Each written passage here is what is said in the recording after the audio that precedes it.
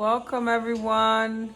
This is Cecilia Inez from Celestine Healing Arts, and I am here to offer you the new moon in Capricorn energy reading. This transit is happening on Sunday, January 18th. And yeah, let's just dive in. I wanted to also just share that I got this new deck. It's called Soul Cards. It's by this woman, what's her name?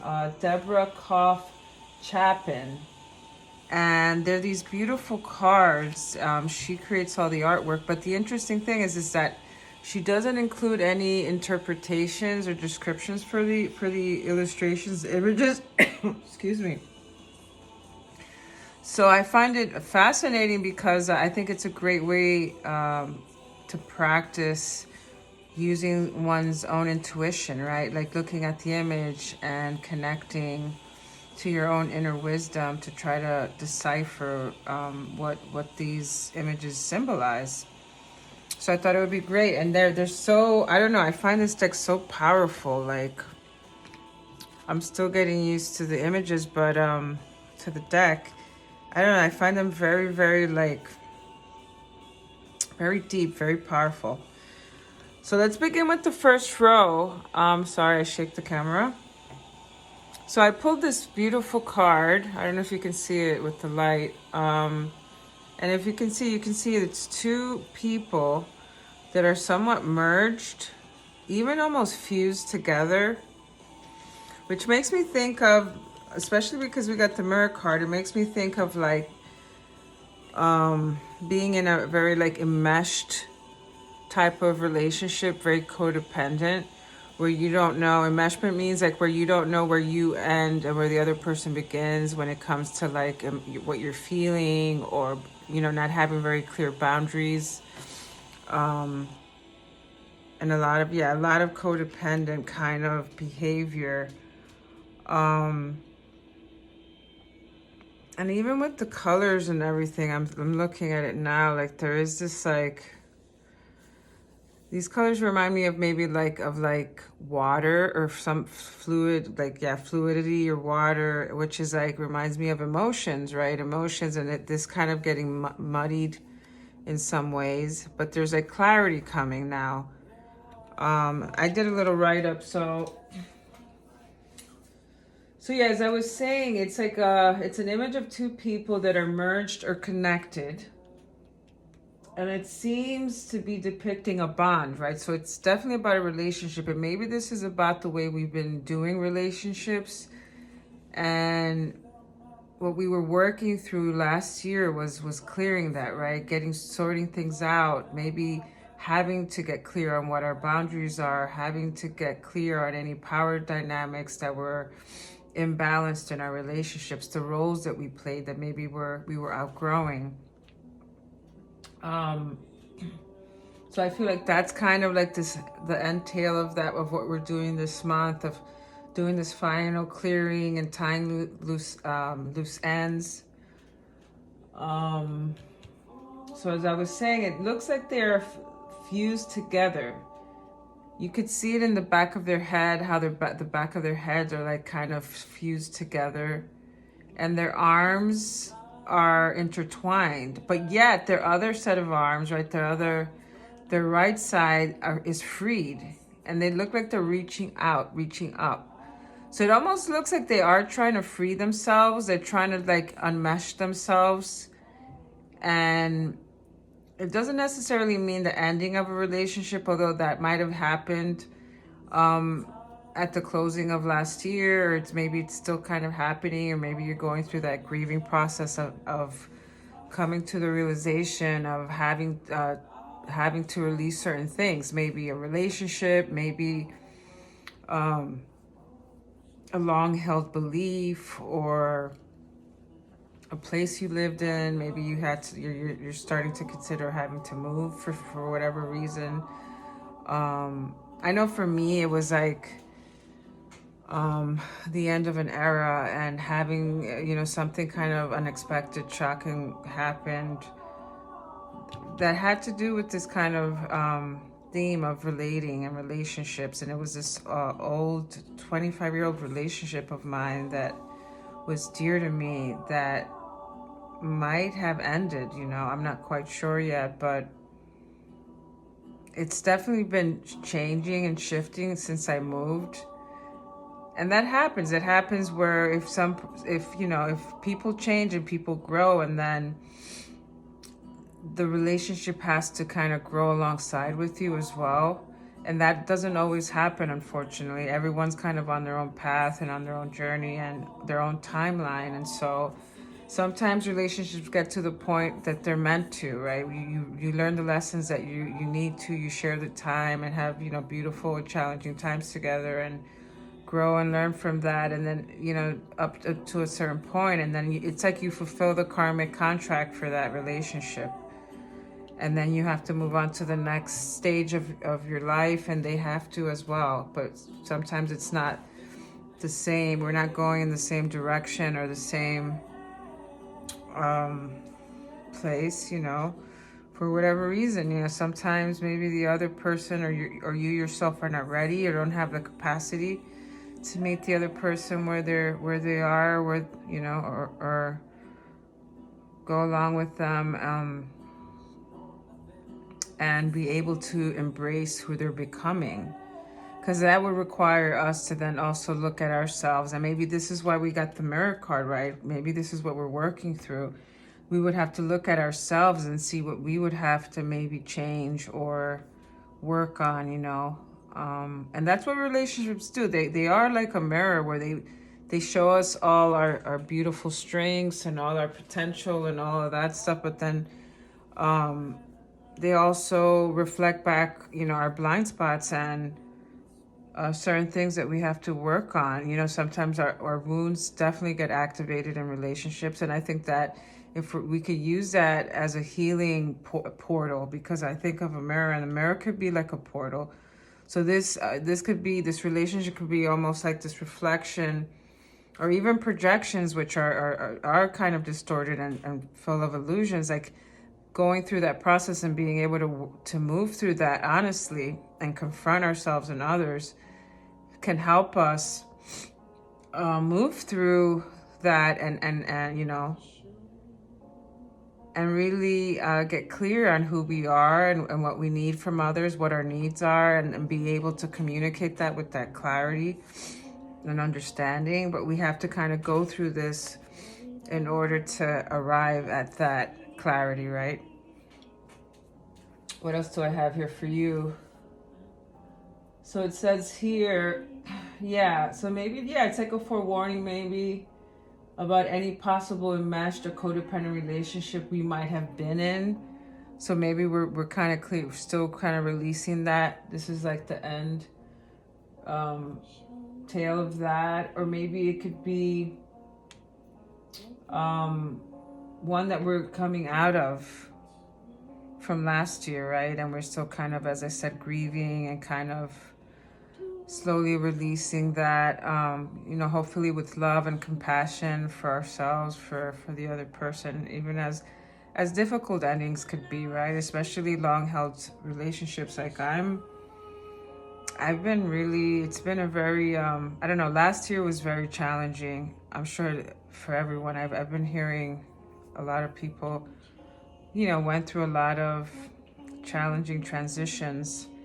And we still are, right? But we're just starting a new cycle. So now we'll start this new cycle, and then we'll have new lessons, new relationships, new opportunities to learn and to grow. And this spread has so much growth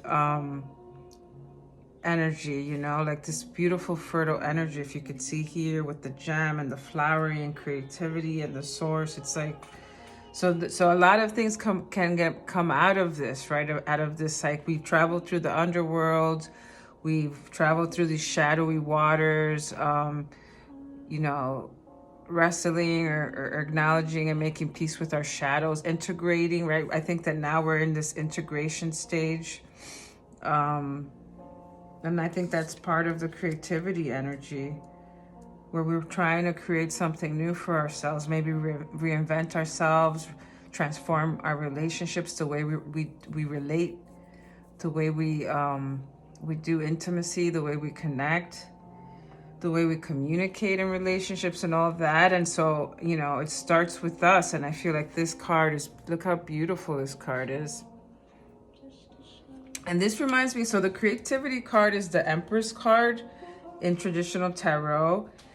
And I feel like this is like really embodies that Empress card, right? Because if you recall the tarot image, it's a woman, this beautiful woman, a feminine figure who's sitting on her throne in the middle of her like queendom, and in this lush forest. And so it symbolizes fertility, right? This beautiful femininity, and that can go beyond gender, right? It's a feminine, this beautiful feminine quality of beauty and nature and nurturing and abundance, right? Because we think of like Mother Nature and Mother Earth that provides, you know, that sustains us, that is that symbol of life, right? Of life, birthing this life, birthing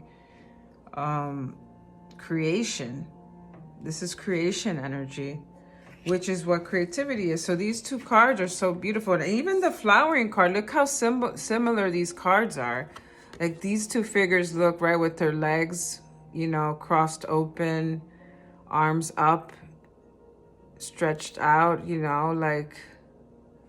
And then also these two cards are very similar, the colors. Sorry, I don't think I was showing you correctly. But so similar, these cards.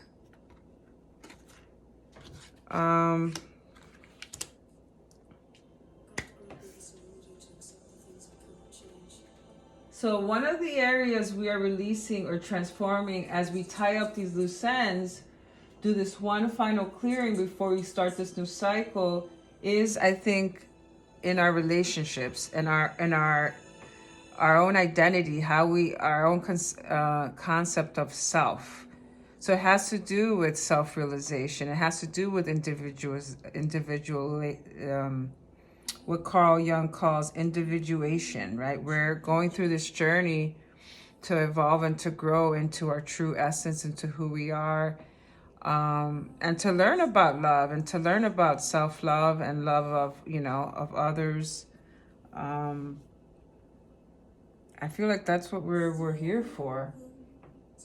And the beginning of the new year doesn't necessarily, I wanted to say this too, because, you know, just because we're starting a new year doesn't mean you have to rush into like, you know, tackling all your to-do lists and your New Year's resolutions and all this stuff. Like, of course, it's great to have intentions and to be intentional.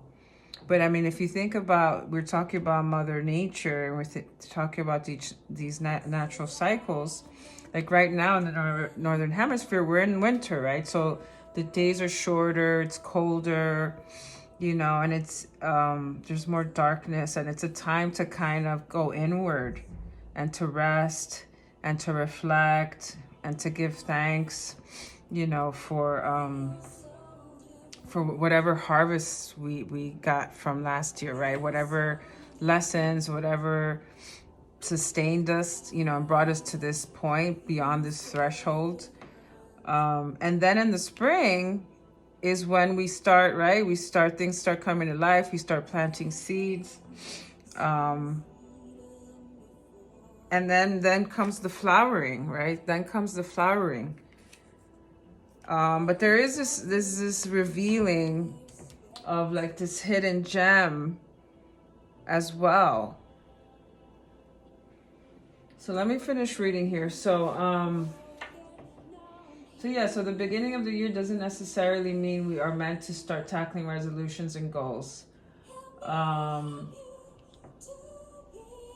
And so as I was saying, the interesting thing is that we got the Mirror card. So it is about reflection of self and other, about projection. So maybe realizing that we were projecting onto our partner, onto, you know, with whatever significant relationship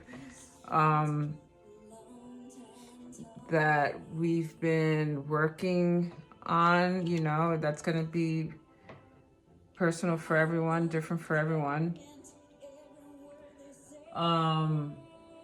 Unveiling illusions, you know, maybe we were idolizing our partner and we realized we were projecting certain things on them, and then getting clear on that and taking responsibility for whatever's coming up in the relationship. Mirrors, I was saying, can serve as portals to self-knowledge, allowing us to look inward. Again, this is a time of introspection that can serve us now as we slowly start this new year, not rushing to get things done, not having to figure every detail out, right? We don't have to have all the answers right now. We can start getting organized, sorting and sifting, releasing things, knowing what stays and what is of importance, of value in our lives as we think about who we're becoming, what direction we're going. But we can relax into it, right? We could do this final sorting and clearing, start getting organized with ease, with compassion, right? Getting clear on lessons learned and what we had to release in 2025 and making peace with it. So allowing ourselves to maybe grieve, you know, what has ended, what we had to, you know, leave behind in 2025. And giving thanks in the process of being able to have maybe work through this and get, you know, and see the truth. And then that allowed us to reconnect to our creativity, to our creative life force, and reveal this gem that was unearthed, that was uncovered, to allow us to then arrive at this flowering. And then this last column is all about like this wisdom that's available to us now after what we've gone through, you know, this relationship to the divine, or like to our spirit guides, that has been strengthened and nurtured. Because even the Crone card also represents that like a mature, wise, you know, person. And then you even got the Source card. So it's like connecting to Source, so, you know, to something greater, to the divine within us too, because, you know, we were made in the image of God. We are part of nature. We are nature, you know. And speaking of reflections, I feel like that's what's being reflected here too. Like we're being reminded that we're so much more than what we think we are, right? We have these limited perceptions of what, you know, who we think we are, what we think we're capable of, you know, or even there can be even hidden skills and talents and gifts that we have that lie dormant within us that we don't even know. And now sometimes we have to go through these challenging circumstances or situations and experiences in order to kind of get out of our comfort zone, in order to reveal these other, you know, aspects and sides to us that in not any other normal, you know, circumstance or you know, wouldn't maybe be. It almost makes me think of how diamonds are made, or pearls are made. They're made with pressure, right? Like friction and pressure. I know pearls, when they're, right, the sand and the grind of the sand and all that, it gets polished. And so it's almost like we need that grit. We need that pressure, that push, that pull, the highs, the lows, the pushback, the resistance. So, you know, these conflicts sometimes, even like having these projections and then figuring out like, oh shit, I'm displacing my anger. I'm blaming this person, but, you know, I have to look within myself and do some self-reflecting and see how I'm contributing to this. So what are my patterns, you know, what are, you know, and taking responsibility for our own wounds, for our own activations, knowing what our activations and triggers are, knowing what our attachment style is, like, you know, really getting to know ourselves and how we relate to others and how we relate to ourselves, right? In order to flower, in order to grow, and to grow from this really solid, rooted, foundational place. All right. So creativity in the Empress card. I spoke about that. Embodies this energy, creativity in the Empress card. speaks to this energy of creation, abundance, sensuality. That's another thing, maybe connecting to our sensuality. You know, sensuality and our sexual energy is creative energy, right? It's in the same kind of area. And if you think of the chakras, the lower chakras, you know, that's where all that energy is, that creativity, our inspiration, you know, our passion, our sensuality. And a lot of beautiful things can be birthed from that. And it doesn't have to only be in relationship to another human being. It could be, you know, a project that we give love and nurture, you know, something we're passionate about. Volunteer work. It could be being a parent, you know, and taking care of our children and our family and our partner. And it could be community work, you know, it could be so many things. But there is this beautiful energy of fertility, right, which connects well with this whole row of, right, if you think of nature, nurturing and abundance and creation, like you see it all here so beautifully. And there's a natural progression between in the storyline, you know, as we move through the different rows. Shifting from this old cycle that's closing as we move into this new one. And also connecting us to our own creative life force, as I was saying, our ability to create new life, even reinvent ourselves. Yeah. Anything I want to, and then as far as the gem is concerned, I mean, you can see that it resembles a bit of this first card because it's like, it's inside the earth, right? Almost like we have to reach it. We have to maybe dig deep to reach it. It pertains to the physical realm too, right? The material world and nature both also embody the divine mother archetype that nurtures and provides for us, that births and brings things to life, all the sustenance that we ever need. So it's maybe about embodying that too, right? Being our own, you know, maybe around reparenting and being our own mother, right? Like, what does my inner child need? What do I need in this given situation? Or, you know, how can I, or maybe when core wounds get triggered in relationships, it's being able to also bring these kinds of elements in, like this higher consciousness. And not react from this wounded place, right? This like inner child place, but more from this more mature crone, right? Mother archetype. From this also connecting, you know, and asking for assistance, divine assistance, connecting to source, to the divine.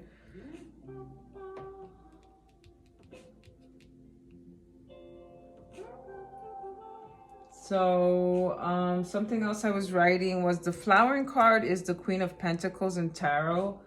So it ties beautifully with this Empress card.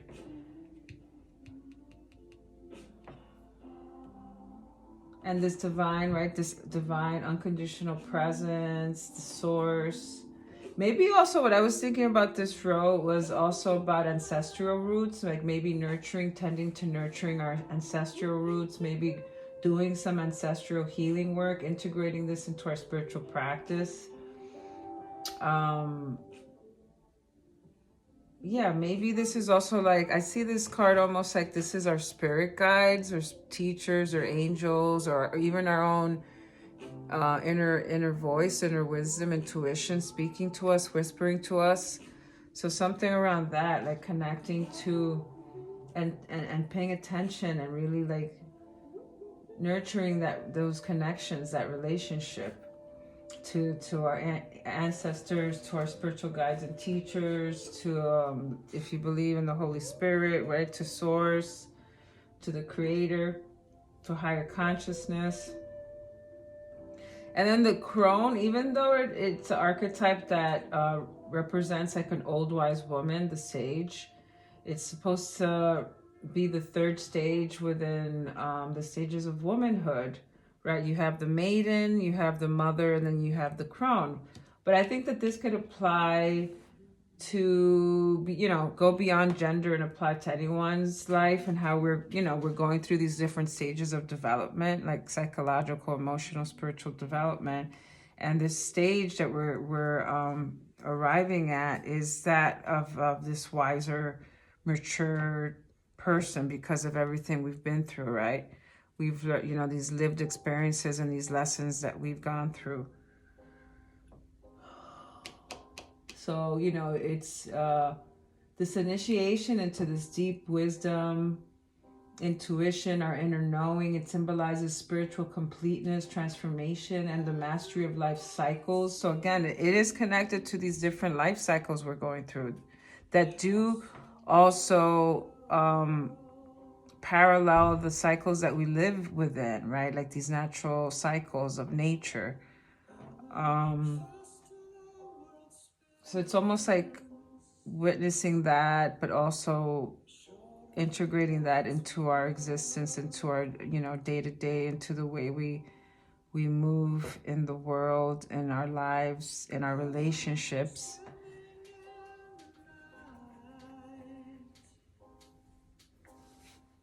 It can also represent, maybe it's also representing like meeting a mentor, like a powerful figure or a mentor right now in your life, or maybe you being that to someone else or to other folks, you know, right now being this kind of mentor, teacher, guide, and sharing your knowledge, sharing the things that you've learned, being that source for others. You know, utilizing this flowering, your creativity, and this flowering, this blooming, blossoming that you're going through, and bearing fruit almost, right? You've ripened in maturity, and you know, now it's like offering that up to others and to as a form of contribution. I think that's good. I wanted to pull maybe like some extra cards. These are tarot cards. I'm just curious, just to kind of see as outcome cards, or the overarching, or just more, maybe a little bit of more clarity. Let's see what comes up. And this is going to be quick. I'm not going to go too much in depth. Oh, Six of Cups. Interesting. I'm going to pull one more. Six of Cups. It's a beautiful card. I feel like it's kind of like, it has to do with nostalgia. But it's funny because I mentioned the inner child, right? And like reparenting and remothering. Although this is a boy, but it's like our inner child then grown up. But cups have to do with love and emotions and relationships. So I'll take a look now. Pentacle, that has to do with this earthy, more practical energy. Let's do Six of Cups. Let's see. I'm gonna lower this music a little. Six of Cups. Yeah, keywords for Six of Cups. Nostalgia, I knew it. So maybe something to do with the past. Maybe we've been healing. We've been healing through this. Maybe that's what's been going on here with this projections, these illusions, this enmeshment of codependency has to do with our inner child wounding, our childhood, our upbringing. Reconnecting with people from the past. Okay, interesting. Harmony, themes of your life, inner child and future self. Oh, interesting, because yeah, this is the future self if you look. And the affirmation is, I'm at peace with my past. It has brought me to where I'm meant to be. Wow, so maybe this is it. We've been healing our past. We've been also letting go of the past, maybe letting go of older versions of ourselves, maybe again letting go of certain old relationships from the past that are no longer serving anyone, you know, anyone's highest good. So it's time to kind of like And then the shadow aspect of this card, because I think it's important to mention, is being stuck in the past again. So there is this release, there is this letting go we need to do now, making amends. Regret, I guess this is what it means. Lamenting decisions or actions. Yeah, like maybe regret or self-doubt. A need to forgive others. So maybe there has to be some forgiveness work here. A forgiveness ritual you could do to let go of the past. A reminder to forgive yourself as well, and letting people in. Maybe in the past we've been hurt, right, and betrayed, and so we've closed ourselves off maybe to connection, to intimacy, to friendship. So maybe this is also like healing that and allowing us to start opening up our hearts again to new love, to new friendships, to new possibilities. Yeah, it says here, need to deal with regret. Maybe it's about letting go of regret and knowing that everything happened the way it needed to. And even if we're going through an ending now, knowing that there's divine timing and there's divine guidance, and you know, hopefully it's for the highest good of all concerned, you know. Okay, and then the Eight of Pentacles. Eight of Pentacles keywords are mastering a skill, an expert craftsmanship, progress, methodical progress, patience, determination, and soul purpose. So again, I think this connects to all this right here. So again, we're coming out of this entail. This is kind of still part of 2025, and so we're doing our releasing, we're doing our forgiving, we're doing our clearing and sorting.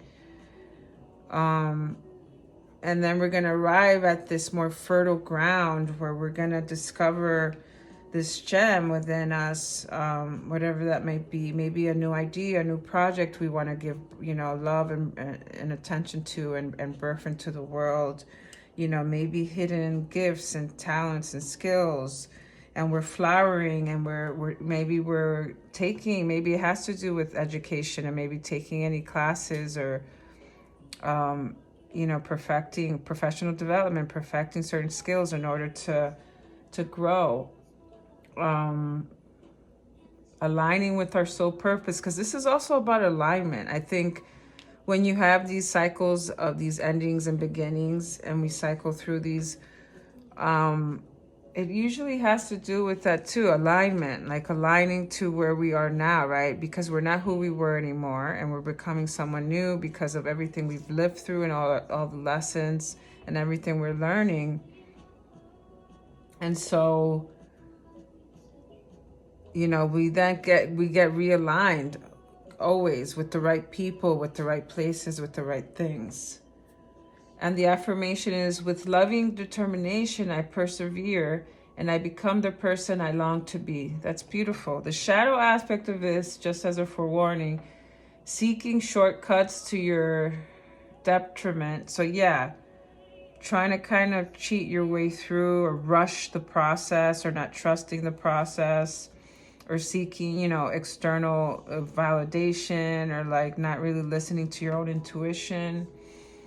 Burning out or giving up. So again, steady, slowly, intentionally, taking care of yourself along the way, resting, you know, connecting to your resilience, connecting to your creativity, your life force that's going to give you that resilience, and, you know, aligning to your soul purpose, so you don't forget, you know, why you're on this path to begin with. And it could also mean inexperience.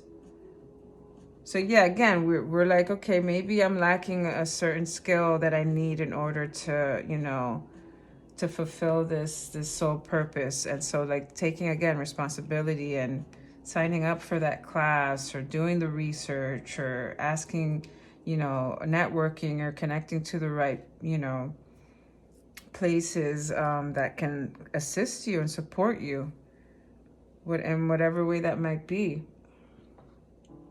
Maybe it is working with a mentor, with a healer, with the coach, with the counselor, with the therapist. I mean, whatever, you know, because there's so many ways you can approach it, and there's multiple ways you could just, you don't have to only depend on one way, you know. You could use tarot and astrology and numerology and like so many different things, philosophy, to really get the answers or understanding that you're looking for. All right, I'm going to end it at that. Thank you, my lovely folks. See you soon again. All right, take care of yourselves, each other. Much love.